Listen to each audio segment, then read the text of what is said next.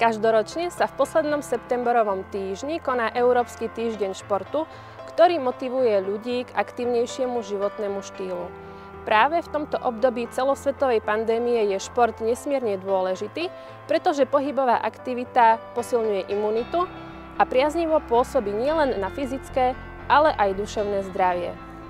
V rámci tohto týždňa sme sa rozhodli aj my u našich detí podnecovať záujem o šport.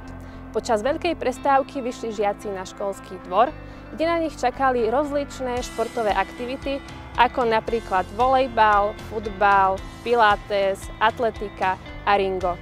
Verím, že počas tejto veľkej prestávky si každý našiel to svoje a pohyb v ňom zanechal len a len pozitívne emócie.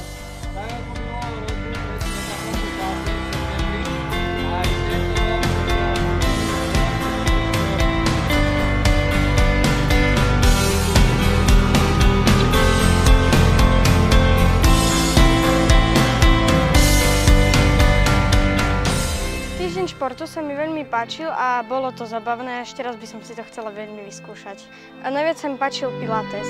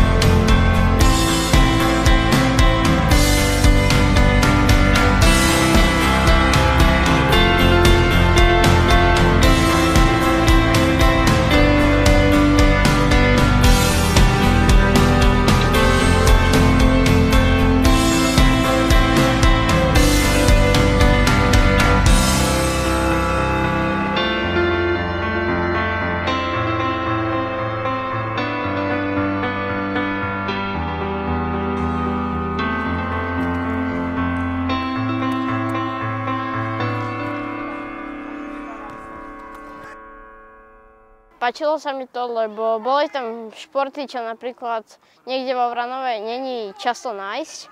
A bol by som rád, keby to bolo častejšie cez celý školský rok. Páčilo by sa ti, aby to bolo každú veľkú prestávku? Áno. Áno.